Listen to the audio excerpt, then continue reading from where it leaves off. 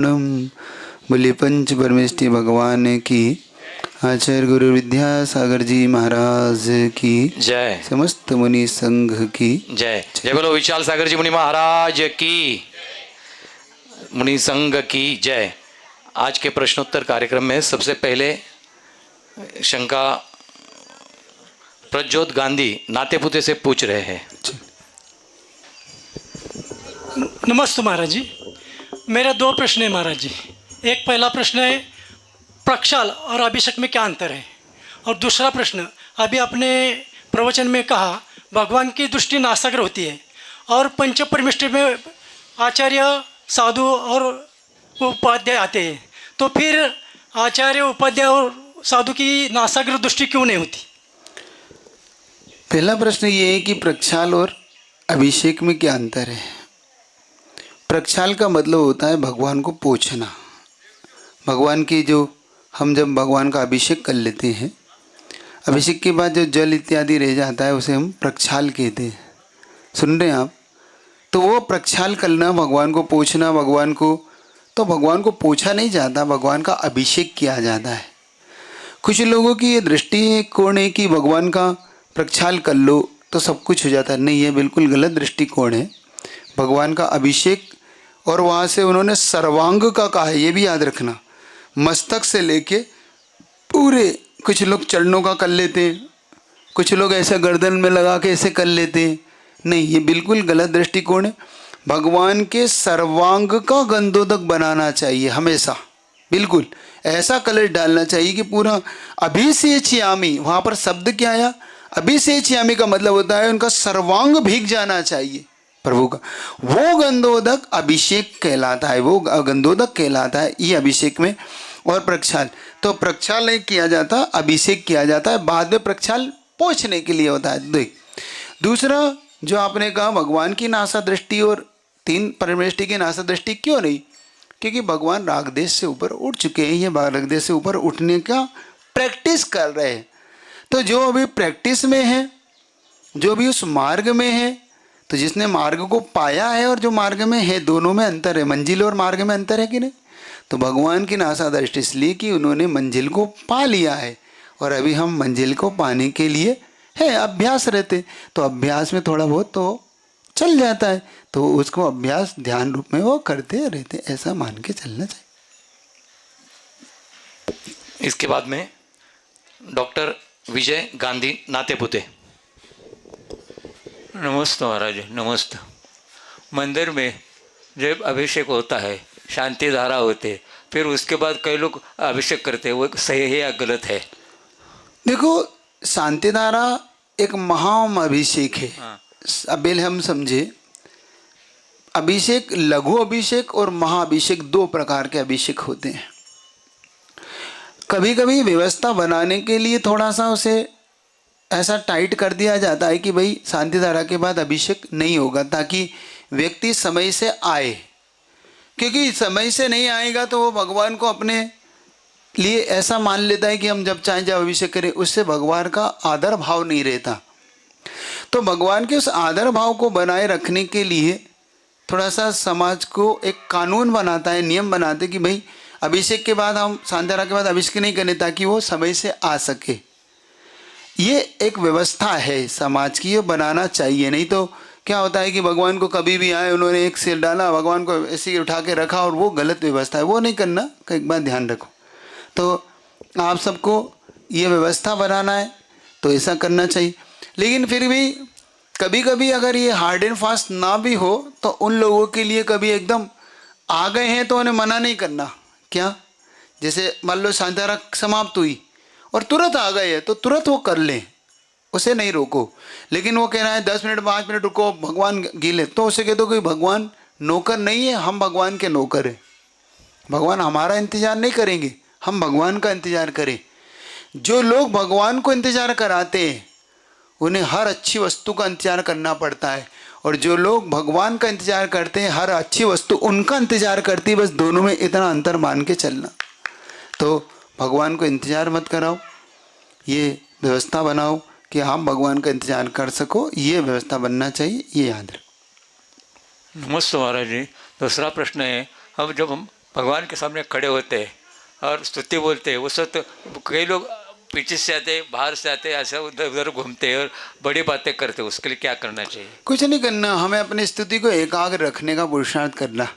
हमें उनसे कोई लेना देना नहीं, कौन आया कौन गया क्या बात कर रहे हैं, वो हमारी एकाग्रता की परीक्षा ले रहे हैं, हमें उसमें पास होना है। नमस्ते महाराज। अभी इसके बाद बारामती से सौ बंसरी प्रीतम दोषी, इनकी शंका है। नमस्ते महाराज जी, मेरी 2 प्रश्न है। पहला प्रश्न ये है कि जब हम जिनारे में जाते हैं अभिषेक देखने, तो जब भगवान का जल का अभिषेक होता है तो वो हम देखते हैं, लेकिन जल के बाद जब दूध का, दही का, दूध का अभिषेक होता है तो हमें ऐसा लगता है, मतलब मेरे मन में ऐसा आता है कि ये क्यों ऐसा कर रहे हैं? अगर हम खुद अपने ऊपर ऐसा नहीं करवा सकते तो भगवान का ऐसा अभिषेक क्यों कर रहे हैं? तो इससे क्या दोष लगेगा हमें कि हम वो नहीं देखते, मतलब मैं नहीं देखती कि भगवान की ये आपका अपना पर्सनल अपना विचार है, धारा है। तो अगर हमें नहीं सूट होता है तो हम वहाँ से हट जाए, क्या बात हो गई? लेकिन अगर वो उधर से निकल नहीं सकते भीड़ में से और देखे तो हमें उससे कोई दोष नहीं लगता ना, ऐसे पूछ रही हूँ। देखो एक बात ध्यान रखो, हम अपनी विचारधाराओं को अपने तक सीमित रखें, हम किसी पे थोप नहीं सकते अपनी विचारधारा है, पहली बात। दूसरी बात, वो कर रहे हैं वो उनका अपना विवेक अविवेक वो जाने, हमें क्या करना है, हमें इससे जुड़ना है। एक बात हमेशा याद रखो, क्योंकि संसार भांति भांति के लोगों से भरा पड़ा है, विचारधाराओं से भरा पड़ा है। हम किस किस की विचारधाराओं के लिए क्या क्या संकलेश करेंगे, है ना? तो हमें किसी विचारधाराओं को संकलेश नहीं करना, हमें तो मात्र अपनी इस विचारधारा को जो हमें मिली हुई है, अगर हमें लगता है कि ये सही है तो आप उस विचारधाराओं से अपने काम को पूर्ण करो। अब वहाँ पे बैठना पड़ता है तो बैठिए, नहीं बैठना है तो आप बस हट जाइए, इतना ऐसा करना है अपने को। तो कभी भी किसी प्रकार के संकलेश में अपने को नहीं पड़ना, बस इतना सा हमारा ध्येय होना चाहिए। जिनालय विशुद्धि के स्थान है, संकलेश के स्थान नहीं है। वहाँ बैठ के संकलेश कभी नहीं करो, हमेशा बैठकर विशुद्धि बढ़ाओ, बस इतना सा हमें विवेक हमेशा जागृत रखना है, कभी हमारी संकलेश के भाव नहीं लाना, बस ये आपको सावधानी वहाँ रखना। और एक प्रश्न है महाराज जी, हम मंदिर के बिल्कुल पास में रहते हैं, मतलब 2 पैर ऐसे हाँ ठीक ठीक, आप तो प्रश्न पूछो। हाँ, तो हमारे घर में भी चैतन्य है, अलग से है, तो उससे कुछ दोष लगेगा क्या? हाँ है दोष, आपको जरूरत नहीं है अलग से चैत्यालय की, आपको जिनालय ही में ही भगवान को विराजमान करना चाहिए। क्योंकि जहाँ घर में भगवान आपने विराजमान करते वहाँ पे 5 पाप नहीं होते। आपके यहाँ 5 पाप होते हैं? होते हैं।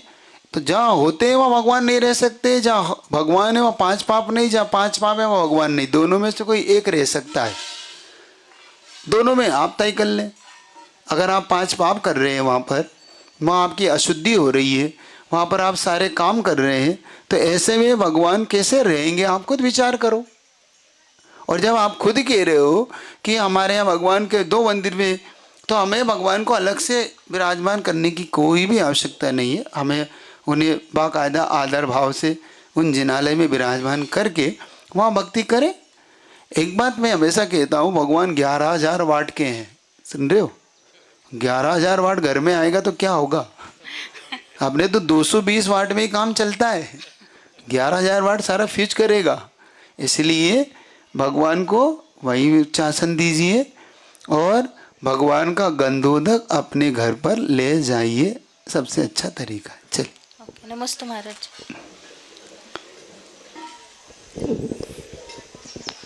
लता काकी वाड़ीकर बारामती, इनकी शंका है।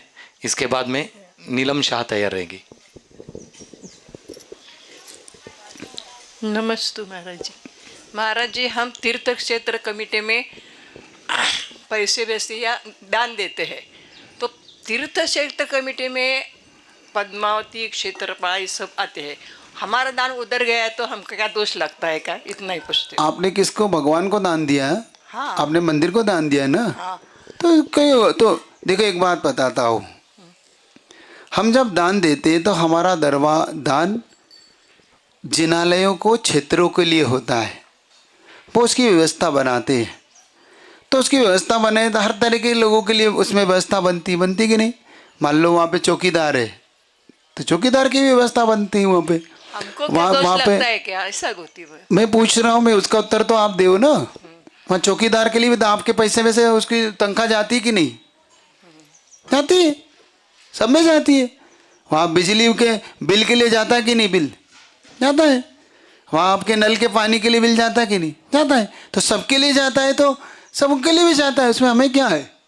हमारा दान तो क्षेत्र की उन्नति के लिए है, विकास के लिए। हमें विकास के लिए दान देना है और विकास के लिए ही दिया जाता है। वहाँ क्षेत्र व्यवस्था बनाता है तो हमें तो उस व्यवस्था में सम्मिलित होना है। बाल की खाल निकालने का हमें ज़्यादा टेंशन नहीं करना। भाई ये खाएगा तो कहाँ जाएगा, ये जाएगा तो कहाँ जाएगा, ये सब विवादित विषय है। ये हमारे मन की खुरापाती है। इस खुरापाती से हमें बचना चाहिए। हम मन को इतना ज़्यादा घर में हम क्या क्या कर जाते हैं उसकी तो ध्यान जाता ही नहीं हमारा। लाखों रुपये हम पापों में फूंक देते हैं, वहाँ हमारा बिल्कुल ध्यान नहीं जाता कि शादी में जाएगा तो ये भाई किसी मांसाहार के यहाँ भी जाएगा, किसी शाकाहार यहाँ के जाएगा। नहीं, शादी होना चाहिए हमारे तो करोड़ों रुपए लग जाने दो। कभी आप शाकाहारी को घर में काम देते हैं कि सबको देते हैं काम? तनख्वाह आपकी किस किस के यहाँ जाती है? सबको देते हो तो वहाँ विवेक नहीं रखते। हम यहाँ ही बाल की खाल धर्म में ही निकालने को बैठ जाते हैं।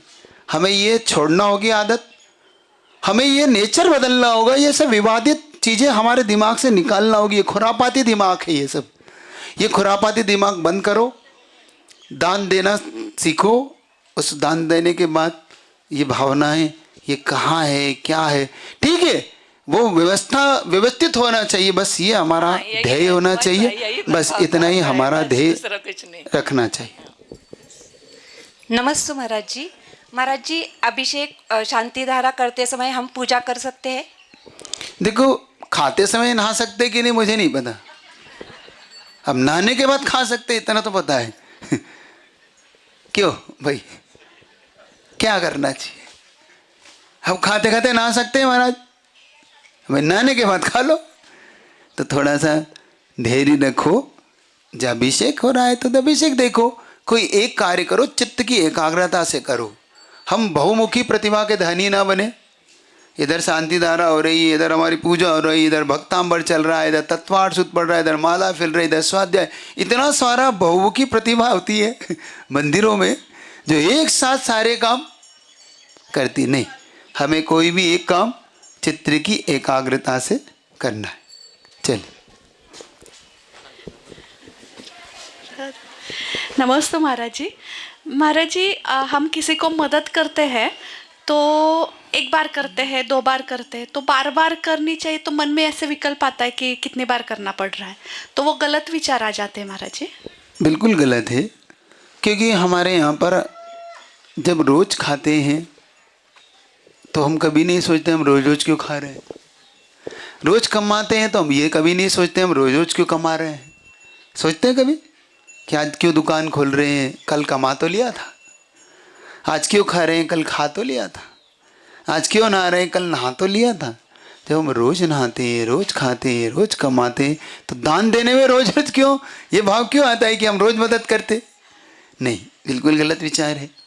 क्योंकि जब हम किसी की मदद करते हैं तो वो किसी की मदद नहीं करते, अपनी मदद की आगे तैयारी करते हैं कि लोग हमारी मदद करने लग जाते हैं। ये हमारी तैयारी होती है।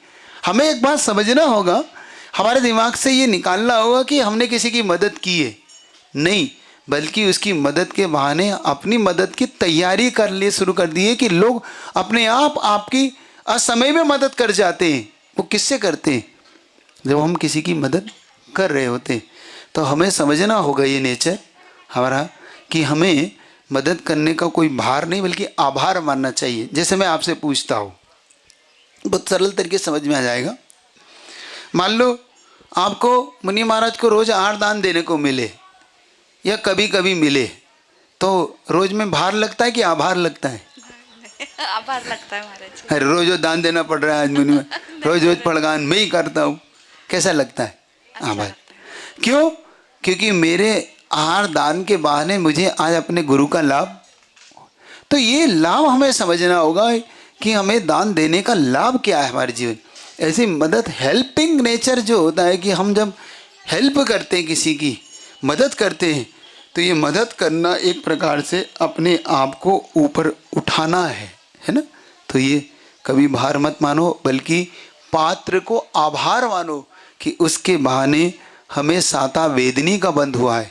क्योंकि आचार्यों ने कहा भूत वृत्त्यानुकंपा दान सराग संयमादि योग शांति सोच मिति इति सद्वेदस्य। भूतों पर अनुकंपा, भूत मतलब होता है जीव, जीव पर जब अनुकंपा दान करते हैं आप, तो निश्चित तौर पे आप साता वेदनी का बंध कर रहे होते। तो इसको आभार मत मानो, बल्कि उनका उपकार मानो कि उसके बहाने आपको साता वेदनी का बंध करने का अवसर मिला है। समझ रहे हो? तो ये भाव मन में लेकर आओ। नमस्ते महाराज। इसके बाद तीर्थ प्रीतम दोषी बारामती से। नमस्ते महाराज जी, मेरा प्रश्न ये है कि जैसे हमारे मंदिर में मुनि सूरतनाथ भगवान की एक मूर्ति है और वो काले रंग की है, बट हम जब काले वस्त्र पहनते हैं तो मेरी माता श्री कहती है कि काले वस्त्र मत पहनो, और जो मंदिर है वो भी थोड़ा काले रंग का है। तो अगर मंदिर मूर्ति काले रंग की हो सकती है तो हम लोग काले वस्त्र क्यों नहीं पहन सकते? देखो, कभी कभी कोई बड़ा कर रहा हो उसका अनुसरण करने की जरूरत हमें हो, ऐसा कोई मैं एकांत नहीं मानता।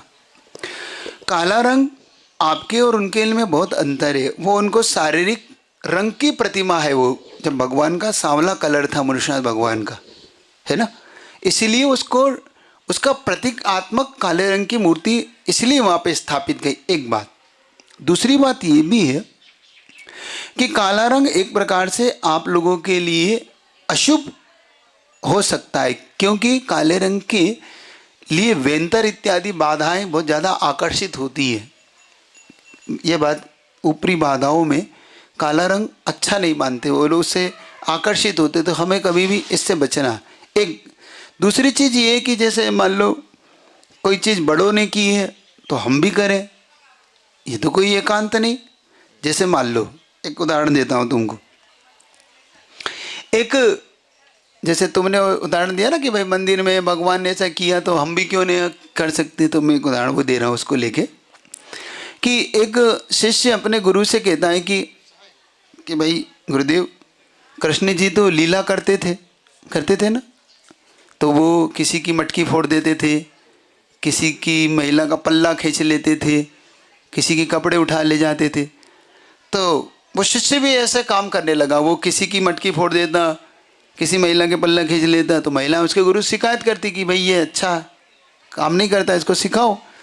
तो गुरु ने कहा कि देखो ऐसा नहीं करते, ये अच्छा नहीं लगता। तो शिष्य कहने लगा, अरे भगवान ने भी तो करा है, तो मैं, आप जब भगवान ने लीला करी तो मेरे करने में क्या दिक्कत है? ठीक है। गुरु ने कहा भाई बात तो ठीक कह रहा है। तो वो सो रहा था एक दिन शिष्य, तो गुरु उसके गुरु कहीं से थोड़ा पत्थर उठा के लाए और उसकी छाती पर रख दिया। तो चिल्लाने लगा, उन्होंने कहा भगवान ने गोवर्धन ने उठाया है, तू भी उठाया पत्थर। सुन रहे हो कि नहीं? तू गोबर नहीं उठा पा रहा है, तू गोवर्धन उठाएगा। समझ रहे हो कि नहीं? हम बड़े लोग के अनुसरण सिर्फ इसीलिए करते, बड़ों ने और भी तो बहुत काम किए, हमें वो क्यों नहीं दिखता कभी? जैसे मुनिनाथ भगवान ने घर का त्याग किया, तुम्हारा मन होता है क्या? तो काले कपड़े पहनने का होता है? अरे उनने कपड़े छोड़ा ही, वो भी तो देखो, है कि नहीं? तो हमेशा थोड़ा सा बड़े लोग जो करते हैं या बड़े लोगों ने कभी किया हो तो एकदम उसको अपने जीवन में एकदम से उस पर वो मत करो। कमेंट्स की वो भी तो करते हैं, ये भी तो करते हैं, ये बात अच्छी नहीं होती। फिर भी समझने का विषय है, अच्छा प्रश्न है, तो आप समझने का पुरुषार्थ करना कि काले कपड़े नहीं पहनना, ठीक है? पंच रंग के साथ काला रंग भी अपना एक झंडे में बता रहा हूँ। कभी कभी उसमें भी लोगों को होता है कि भाई झंडे में भी तो काला कलर है ना, झंडे में काला कलर है ना, है कि नहीं? है ना? देखो, लाल, सफ़ेद, पीला, हरा और काला या नीला, है ना, नीला काला दोनों में से कोई भी कलर होता है। तो फिर महाराज फिर हमें दिक्कत, वहाँ पर वो पांचों रंग मिक्स है होके हो रहा है और तुम यहाँ पे अकेला काला पहन रहे हो। ये दोनों में अंतर मान के चलना, ठीक है? चल। इसके बाद पूर्वल सुनील मेहता। नमस्ते महाराज। महाराज मेरा प्रश्न ऐसा है कि राशि अनुसार जो देखते हैं हम, पत्रिका देखते हैं, ग्रहों का काल रहता है कि राहु ग्रह है या केतु ग्रह है, तो उसके कुछ इफेक्ट रहते हैं क्या अपने हिसाब से? देखो, निमित्त नैमित्तिक संबंध एक अलग वस्तु है, पहली बात। दूसरी बात, कुंडली है, ये ग्रह है, ये सब एक कहाँ तक सत्य है पहले तो इस पे समझो, क्योंकि ये बैठते नहीं हैं। क्योंकि आजकल जो होता है सारा व्यवस्था ही ऐसी हो गई है कि ये कुंडली बनती ही नहीं व्यवस्थित, बनती भी है तो कब उसका समय सेट होता है, एक एक सेकंड में कुंडलियाँ बदल जाती है, एक एक मिनट में कुंडलियों का चेंजेस आ जाता है, पहले हम समझे। तो कभी कभी हमारे उलझन सुलझन हो जाते हैं, इसमें उलझ जाते हैं कुंडलियों में। गुरुजी ने एक लाइन लिखी, बस उस पर चलो कि हाथ की रेखाओं पे मत जाओ, अपने बाहुओं के दम पर जाओ। जो होता है अपने बाहुओं के दम पर होता है, हाथ की रेखाओं से नहीं होता। हमारे बाजुओं में जो दम है, गुरुजी ने लिखा। और कहीं मैंने एक जगह पढ़ा भी था कि हाथ की रेखाओं में भाग्य ढूंढने वालों, भाग्य तो उनका होता है जिनका हाथ भी नहीं होते। हाथ की रेखाओं में भाग्य मत ढूंढो, भाग्य तो उनका भी है जिनके हाथ ही नहीं है कि नहीं? तो रेखाओं में, कुंडलियों में भाग ढूंढ रहे हो, इससे भाग्य नहीं बदलते, भाग्य बदलते पुरुषार्थ से। अपने पुरुषार्थ को इतना प्रबल करो कि खुदा तुमसे पूछे, बता बंदे तेरी रजा क्या है। खुदा पूछे तुमसे, बंदे तेरी रजा क्या है ना? खुद को कर इतना बुलंद कि खुदा तुझसे पूछे, बता बंदे तेरी रजा क्या है। अपने को इतना बुलंद करो, समझ रहे हो? ये कुंडली उंडली ठीक है, आज है कल चेंजेस आता रहता है। ये बिल्कुल एकांत मत मान लेना कि जो कुंडलियों बिल्कुल फिक्स है। सब कुंडलियों में चेंजेस आते रहते, सारे चेंजेस देखे जाते है ना? तो इस पे चेंजेस कराओ, भक्ति करना सीखो। भगवान की भक्ति से सब बदलता हुआ नजर आता है, सब ठीक है। इसके बाद मनीषा नितिन शाह मालेगा। महाराज जी के चरणों में नमोस्तु नमोस्तु नमोस्तु। महाराज जी, जो सप्तभय होते हैं उनके बारे में थोड़ा सा जानना था कि उनके क्या जानना चाहते हैं? सप्तभय जानना चाहते कि सप्तभय सम्यक दृष्टि के होते कि नहीं होते, ये जानना चाहते? सप्तभय सम्यक दृष्टि के होते हैं। क्योंकि ये दो चीज है, सप्तभय अलग है और सप्तभय उनको होते कि नहीं। पहली बात देखो भाई, सप्तभय विप मुख का ये शब्द दिया है, वो किसके लिए दिया है मालूम आपको? ये वीतराग सम्यक दृष्टि के लिए दिया है। पहली बात, व्यवहार सम्यक दृष्टि के लिए नहीं दिया ये शब्द। क्योंकि मान लो मेरे पास सांप आ जाए तो मैं डरूंगा कि नहीं? आप नहीं डरेंगे, हम डरेंगे। क्यों डरेंगे भाई? मैं तो डरूंगा, बिल्कुल डरूंगा भाई। मैं तो बच के निकलूंगा, मैं तो नहीं जाऊंगा सांप आपके पास। हाँ, मैं इतना बड़ा, ऐसा नहीं होता कि सम्यक दृष्टि सांप को चला के छेड़े, बच के निकलेगा, क्या बात है। और कहा भी है आचार्यों ने कहा कि अगर आप कहीं से बिहार कर रहे हो तो हाथी है, घोड़े हैं, इनसे 20-25 हाथ दूर से निकलो, स्पष्ट कहा। तो उनका मतलब डरपोक है, इसलिए कहा क्या ये बात? समझ रहे हो? ये बात हमें समझना होगी कि वो सप्तभय मुख विप मुख का किसके लिए शब्द था और हमने कहाँ लगा लिया। क्यों नहीं डरेगा? वो डरना चाहिए उसे। जहाँ उसका डर है वहाँ डर है, जहाँ निडर है वहाँ निडर है। देखो, वो परिचय से नहीं डरता, लेकिन अपने रत्नत्रय की रक्षा के लिए डरता है। मुझे अपनी रत्नत्रय के लिए भाव आएगा कि नहीं? मुझे अपने रत्नत्रय बचाने का भाव आएगा कि नहीं? मैं अपना रत्नत्रय दांव पे नहीं लगाऊंगा कि मैं ऐसा नहीं कर सकता कि मैं निर्भय इसलिए रत्नत्रय दांव पे लगा दूं। नहीं, आचार्यों ने स्पष्ट कहा। नहीं तो ये औसत क्यों लेते? आपसे पूछता हूं, औसत क्यों लिया? अरे डरना किस बात का? मरेंगे जिएंगे। औसत लेना क्या बता रहा है? नहीं, वो ये बता रहा है कि नहीं कि भाई इन्हें एक तो रत्नता की सुरक्षा है ही, लेकिन ये चीज बता रहा है कि नहीं इनको रोग से डर है, भय है, बता रहा कि नहीं? समझ में आ रही बात? समझ में आई नहीं आई? तो ये समझ लो वहाँ पर वो शब्द, ये शब्द समय सार का शब्द है, सप्त भई विप्रमुख का, ये समय सार की गाथा का है, जहाँ पर उन्होंने संवर्ण निर्जा अधिकार में इस शब्द को रखा है। उस गाथा में उन्होंने स्पष्ट कहा वो कौन सा सम्यक दृष्टि, वो निश्चय सम्यक दृष्टि है। वहाँ पे आप स्पष्ट पढ़ेंगे तो आपको ये समझ में आएगा। व्यवहार सम्यक दृष्टि के लिए पहले यह शब्द ही नहीं है। अब चतुर्गुण स्थान का सम्यक दृष्टि है, वो व्यवहार सम्यक दृष्टि है। पंचम गुण स्थान का वो व्यवहार सम्यक दृष्टि, छठे गुण स्थान का वो व्यवहार सम्यक दृष्टि। तो कहाँ से है वीतराग सम्यक दृष्टि? वहाँ से देखो जहाँ से त्रय गुप्ती से गुप्त होता हुआ वो। तो ये आपको निश्चित तौर पर ये जान लेना है, ठीक है? नमस्ते महाराज जी। बात आ गई, समझ में नहीं आई इसमें? हाँ समझ में आई। हाँ। प्रश्न वही था मतलब। हाँ नहीं था ना? नहीं, उत्तर समझ में आया कि नहीं? हाँ समझ में। क्लियर हो गया? हाँ। और किसी की शंका है? चलिए हाँ जल्दी है महाराज, एक मिनट। नहीं तो जल्दी से। हाँ। तो थोड़ा सा ऋषभ खड़े हो जाओ ना, तुम नाम ले लो। तुम तो बिल्कुल ही बैठ गए आज। पारस भी बैठ गए मेरी। चल जल्दी करो। नमस्ते महाराज जी। हम चौका लगाते हैं, बिस्तर अब जाओ थोड़ा। हाँ। हम चौका लगाते हैं, वो टाइम बाहर के लोग आकर आहार दान के लिए हमारे को पैसे दे के जाते हैं, उसे हम लेना चाहिए या नहीं? बिल्कुल नहीं लेना चाहिए। हम चौकीदार थोड़ी किसी की कोई, लेकिन सेल्स में नहीं किया। दुख होता है ना, वो बोलते हैं आहार दान के लिए दिए हैं हमने। तो आहार दान में पैसे ही दे दो ना महाराज को। हार में दान ही देना है तो दान पैसे का दान होता है क्या? क्या चाहोगे? दुख करोगे तो पैसे। हार में कल महाराज जी खड़े होंगे, महाराज ये 100 का नोट दे गए थे, 500 का आप नहीं, ना? हमारे को लगता है लेकिन चबाने में भी अच्छा रहेगा और पचाने में क्या करना है बताओ? उनके दुख सुख से हमें उनके विवेक को जागृत करने, हम समझे, हम भावुक हो जाते हैं। हाँ। हम संवेदनशील हो जाते कि भाई उसे दुख नहीं होना चाहिए। ये दुख नहीं, उसका विवेक जागृत करने का समय है। समय आपको उसे विवेकी बनाइए कि आहार दान में पैसा दान नहीं होता। अनुग्रहार्थम स्वस्यानुदान दान पढ़ो तो सो। अनुग्रहार्थम स्वस्याति सर्गो दानम शब्द क्या आया है?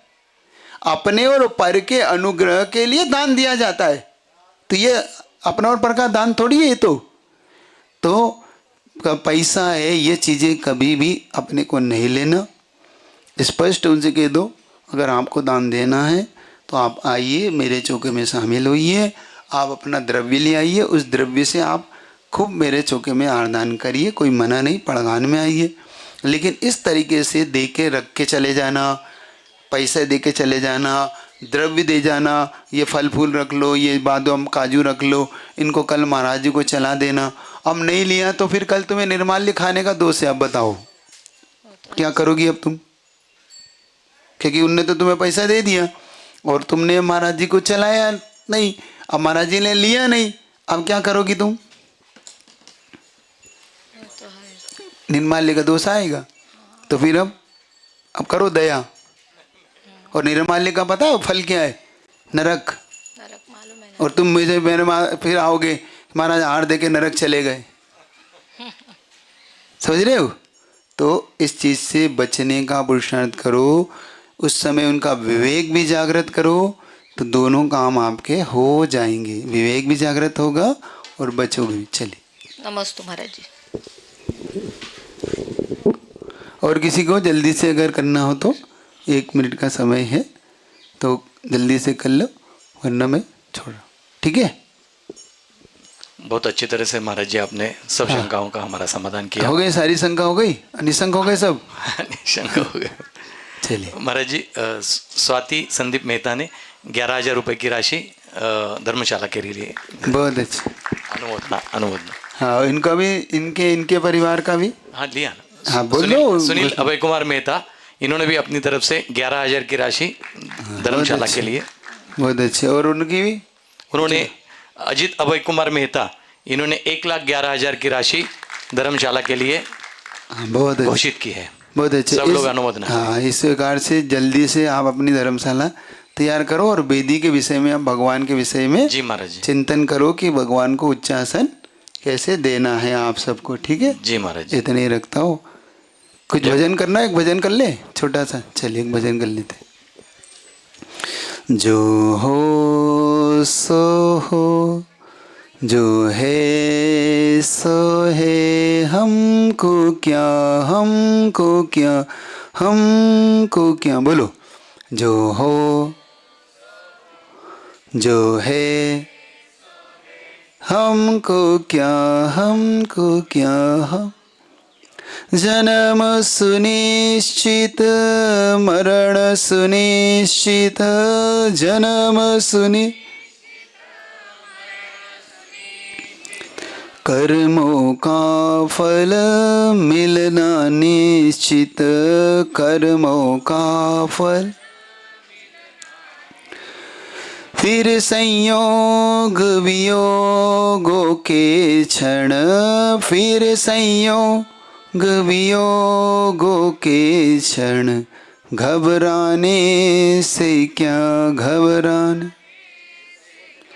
जो हो, जो है, हमको क्या, हमको क्या, हम पर तुलना में हंसना रोना, पर तुलना सुखी दुखियों पल पल होना, सुखी दुखियों चेतन को इन क्षणिकाओं में, चेतन को इन क्षणिकाओं में आखिर मिलता है क्या, आखिर। जो हो, जो है, हमको क्या, हमको क्या, हम पत्नी दौलत बेटी भाई, पत्नी दौलत कर्म फलों की है परछाई, कर्म फलों परछाई पकड़न को दौड़े, परछाई तू पाएगा क्या, तू जो हो, जो है, हमको क्या, हमको क्या, हम भाव मुक्त कर कर्म फलों से, भाव मुक्त बन साक्षी लख ज्ञान बलों से, बन साक्षी लख चेतन का परिणाम नहीं जो, चेतन का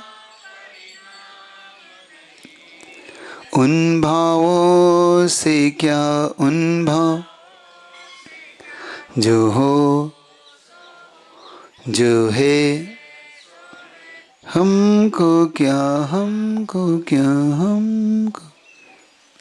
जिनवाणी की।